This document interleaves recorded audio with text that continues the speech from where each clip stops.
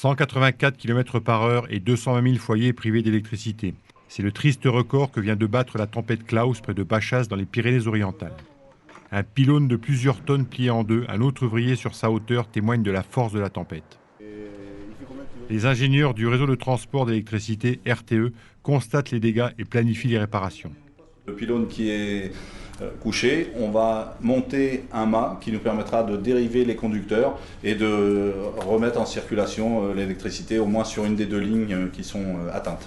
Et comme c'est le cas lors de catastrophes naturelles, les forces armées peuvent être mises à contribution sur réquisition du préfet. Alors dans les Pyrénées-Orientales, nous avons essentiellement deux Super Puma qui ont été dépêchés pour pouvoir aider au rétablissement du premier chantier, qui est le rétablissement de ligne, en apportant des fardeaux sur le lieu du chantier au profit de la société RTE. Les hélicoptères, civils et militaires se relaient pour acheminer sur le promontoire rocheux le matériel nécessaire au rétablissement de la ligne. Ouais, hier, le premier plot qu'il a amené, comme il n'avait pas l'habitude, ça a été un peu dur. Puis après, au fur et à mesure qu'il les a amenés, c'était très bien, ça allait impeccable.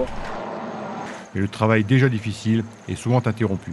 On est dans un terrain très difficile, donc ce sont des ancrages au sol à partir de châssis et de gaz-béton. Le problème, c'est qu'il faut les amener, les acheminer jusqu'à chaque point d'ancrage. Et avec le temps, ni l'hélico peut nous les amener pour l'instant. Et vous avez vu, on a de grosses difficultés d'accès à travers les camions.